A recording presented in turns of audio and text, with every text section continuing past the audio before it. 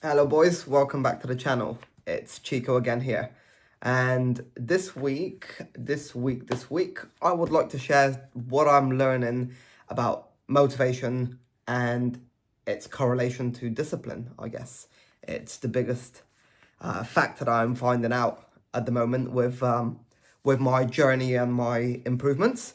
So the notes that I write, so as you guys have seen in the previous ones, I'm writing little notes, little bullet points about stuff I'm learning throughout the week, and then I'm basically sharing that out with you guys alongside a story or what's happened to me, or anything that's relevant to my journey. Because at the end of the day, we're learning, and I can't really be sharing something without actually learning it. So, what I've got written about motivation here is number one, everybody says motivation isn't needed and it all comes down to discipline. Well, my question to those people is, how do you build discipline? How do I build discipline if I'm not motivated to move?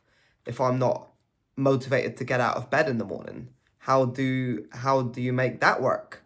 And I've sort of come up with a little I saw something on the podcast between Chris Williamson and The Diary of a CEO, and Chris was saying that about an experiment he had heard about when this scientist sort of put a rat and tied a rope to the end of its tail, and wanted to see how hard the rat pulls if you put food in front of it. And the rat pulled, and there was a certain amount of force that the rat pulled, but then what they did is they put food in front of it and added a cat behind the rat, and now the cat pulled twice as hard or two times as hard, whatever it was. It was significantly more than just a reward. So what I've got here written on my thing, it seems like you have to choose your motivation. Running from pain beats running towards pleasure every single time. And a little story about what happened today. I fucked up quite a bit yesterday with something personal that I don't really feel comfortable sharing right now. However, I will share it in the future. So I made a bit of a fuck up yesterday, and I woke up today really angry with myself. And I was like beating myself up in the morning, spent a couple of hours writing, sort of trying to figure this out because I couldn't go to the workshop with the lads and take my personal anger out on them. So what I ended up doing is I sort of reflected back on myself of what I've done, and I came to the conclusion that the best thing I need to do right now is get the hell out of the house, go to the malls, go to Dartmoor National Park, and have like 2-3 hours of like a hike, exploring the nature again. And it really hit me, like that was I said in my last video how much that really helped me, doing it in Poland with the boys, but I had forgotten how good it feels to do it, even if it's just by myself. I used to do it big time with one of my stoner friends, but weed used to be a massive part of that. And now what I want to do is reintegrate that back into my life without the weed. So I've done that today. Here is a little video or a little clip or a little short. I did post a short on YouTube actually earlier today, about that little adventure.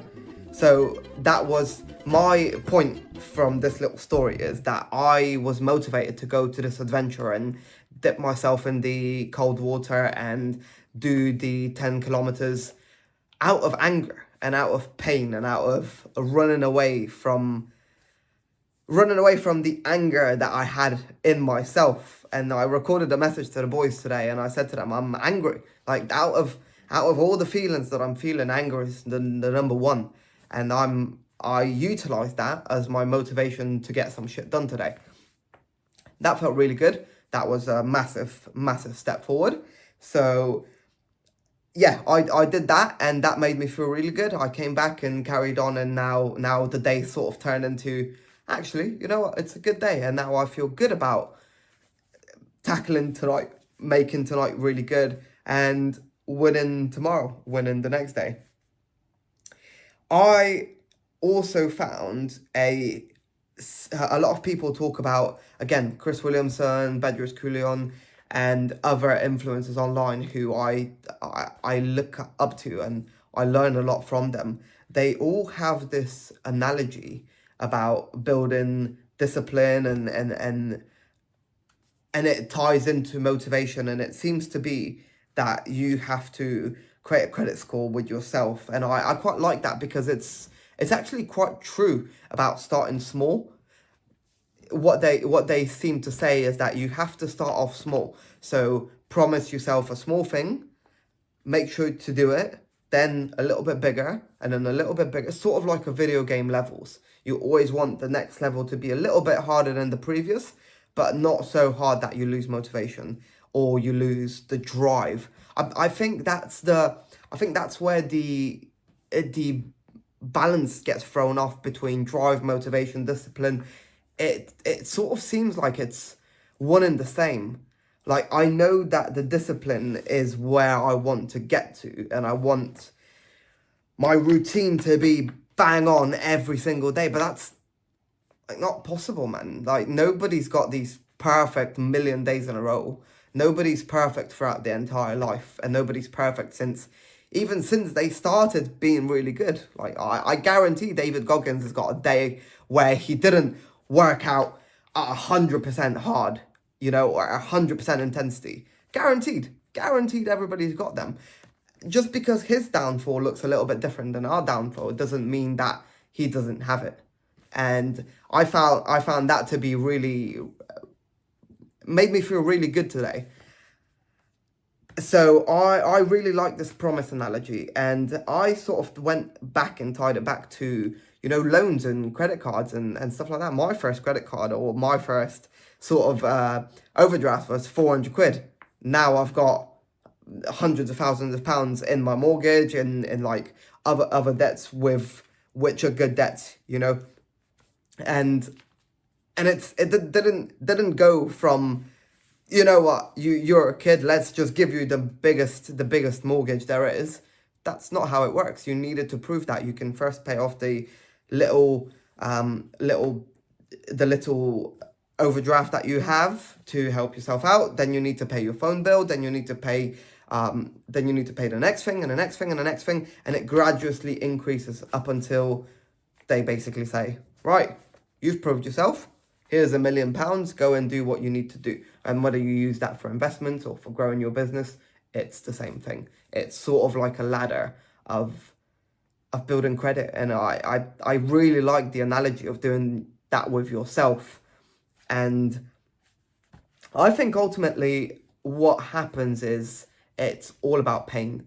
It's about using the pain, but also the change doesn't happen because you just really want to be that super successful guy. I think the pain is the biggest determinant factor. I think if we learn how to utilize our pain, it seems to work as a motivator and as a driving force much better than running towards the next nice car or the next big house or the next business achievement. I think that's where my conclusion's drawn on motivation, discipline, and everything. Basically, as a last point, as a last sort of thing that I'm working this out, is use the pain to give you motivation. Use that initial burst of motivation to create the first few disciplined days.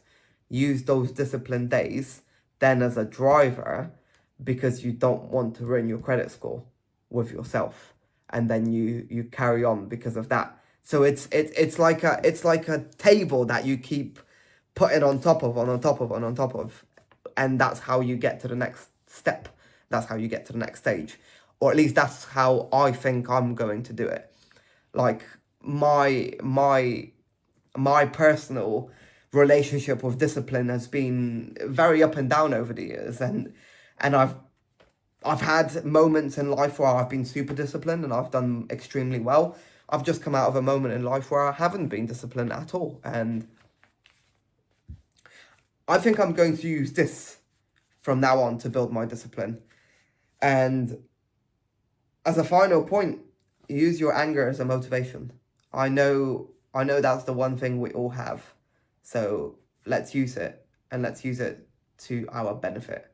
Let's use it to learn, build discipline, and grow as a community, as young men, as the next generation that is gonna take over this world. You know, we've got this, boys. Keep hustling, my friends.